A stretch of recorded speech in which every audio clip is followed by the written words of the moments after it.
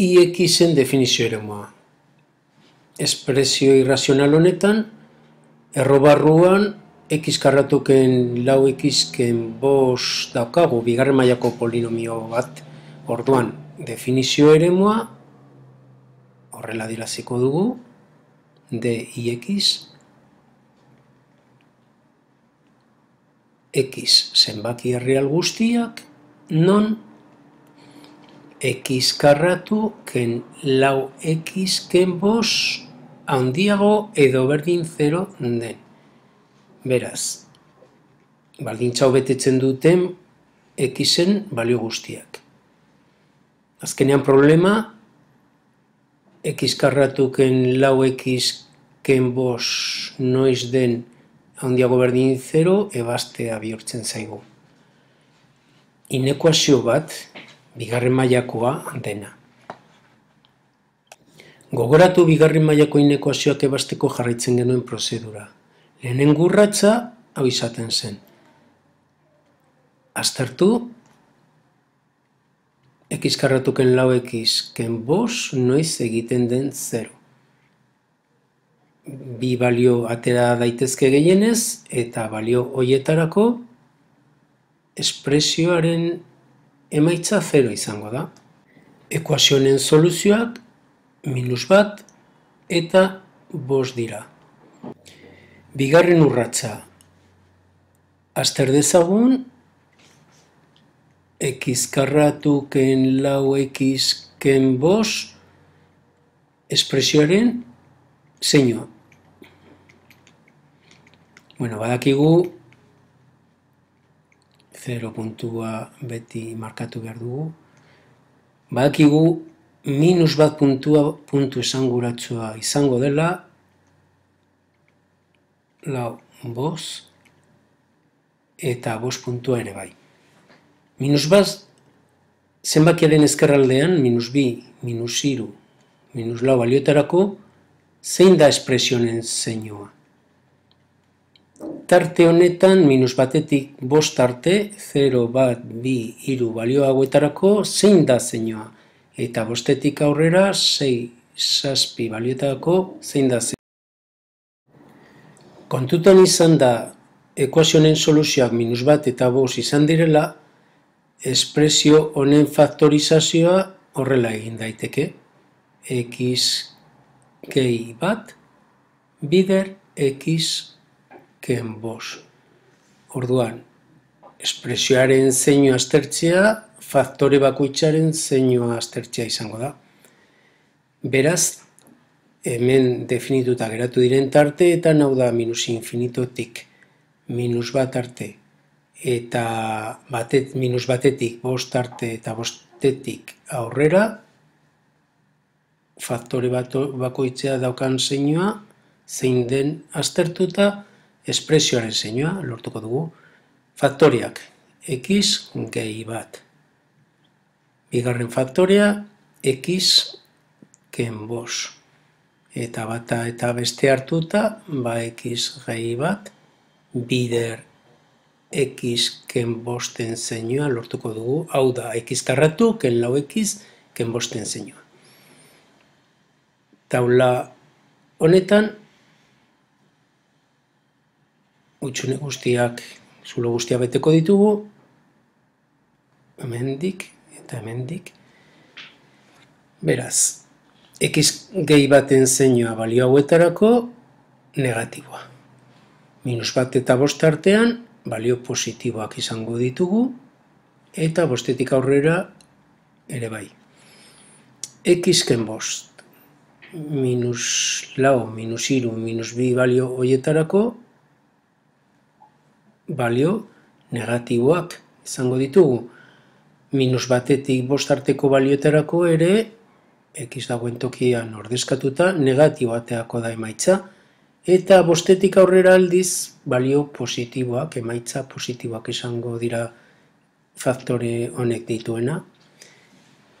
Ondorioz, biderkadura, minus bider minus, plus. Plus bider minus minus, eta plus bider plus, plus.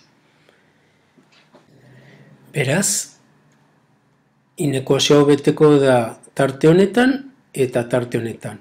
Eta zer gertatzen da -1 denean eta 5 denean? Lehen ikusi dugu, bi balio horietarako 0 dela espresioaren balioa. Orduan, balio honetan eta balio honetan ere inekuazioa beteko da. Grafikoki adierazita, balio guzti hauek soluzioa dira, baita guzti hauek ere. Orduan, soluzio multzoa -infinitotik -1 arte, -1 barne, bildu, 5etik 5 ere barruan egongo da, aurrera. Bukatu dugu. J-en definizio eremua. Funtzio irrazionala da, eta beraz, bere definizio eremua ondorengoek osatzen dute. Zenbaki erreal guztiak, non x-ken bat, zati x gehi bi, handiago edo berdin 0 den, beti bezala. Inekuazio bat daukagu, inekuazio arrazionala. Nola ebazten dira inekuazio arrazionalak? Lehenik eta behin, zenbakitzailea berdin 0, izendatzailea berdin 0, bi ekuazio horiek ebatzi behar ditugu. Lehenengoaren soluzioa bat da, bigarrenaren soluzioa -2 da. Aurrekoetan egin dugun bezalaxe, hemen horrengo urratsa izango da x-ken bat zati x gehi bi espresioaren zeinua aztertzea. Eta zeinua aztertzeko bi ekuazio hauen soluzioak edo erroak kokatuko ditugu zuzen honen gainean, 0, 1, 2, -1, -2, hemen eta hemen, eta ondoren espresio honetan agertzen den faktore bakoitzaren zeinua tarte ezberdinetan zein den aztertuko dugu. Tarte horiek bi erro hauek definitzen dituzte. Beraz, -infinitotik -2 arte, -2tik 1 arte, eta 1etik aurrera. Ea zein den faktore bakoitzaren zeinua. Balio hauetarako, -4, -3, eta bar, negatibo izango da lehenengo faktorea. Hemengo balioetarako positibo, eta hemengo balioetarako positiboa. Bigarren faktorea, -infinitotik -2 bitartean negatibo izango da, -2 eta 1 bitartean, -1, 0, hemen ordezkatuta ere negatibo ateako da, eta hortik aurrera positibo ateako da. Beraz, x-ken bat zati x gehi biren zeinua, zein izango da? Minus zati minus, plus tarte honetan.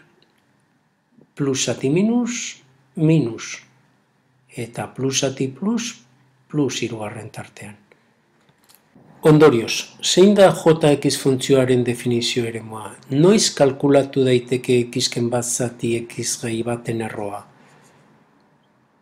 Positiboa den tarte honetan eta positiboa den tarte honetan.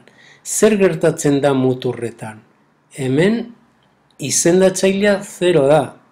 Berez zatiketa ezin da egin. Hemen zenbakitzailea 0 da. Berez zatiketa egin daiteke 0 ematen du eta 0 ematen badu bere erroa ere kalkulatu ahalko da. Eman ditugun argudio guztiak kontuten hartuta, zein izango da jx-en definizio eremua? Elementu guzti hauek eta guzti hauek soluzioen multzoan egongo dira.